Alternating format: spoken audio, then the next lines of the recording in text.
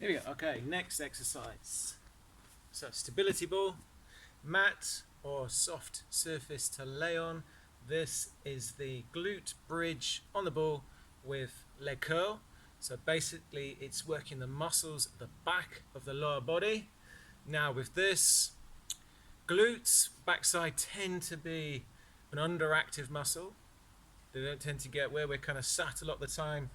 The opposite muscle to glutes is front hips, and then if front hips tighten up and stay tight, it kind of switches off the glute muscle because they do the opposite. So of the two muscles that get worked the most, if that makes sense, the glutes are probably the most important.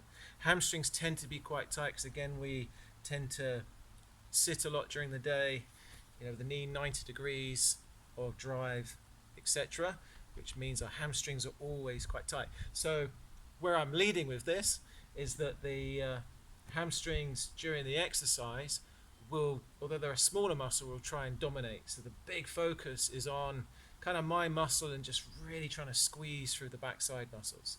Okay, so for this, I'll be lying facing up or supine position. I'm gonna have my feet on the ball. In fact, to start with, heels on the ball, legs nice and straight. I'm going to point my toes down because I want the soles of my feet on the ball in a second. I'll edge back a little bit so you can see me. Head, shoulders resting on the mat. I'm going to bring my arms out so I can even press my arms down a little bit as well, engage upper back too to make it a total kind of back of body exercise. So there's 4 parts to this. Part 1 is with legs almost straight to squeeze my hips as high as I can. Part 2 is to bring the ball or my heels in as close as I can with my hips still up. And then part 3 is to bring my legs back to almost straight. Part 4 with some control is going to be a wobbly exercise, is to bring my hips almost to the ground. So hips up by squeezing through backside muscles, get those as high as you can, that's the big focus. Rolling the ball in towards you, so using the hamstrings for that. Rolling the ball back out, keeping the hips up as high as you can, and then just lowering the hips under control. One more time.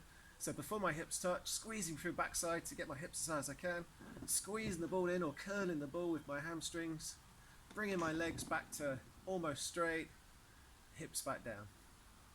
Okay, so that's the ball, glute bridge and leg curl.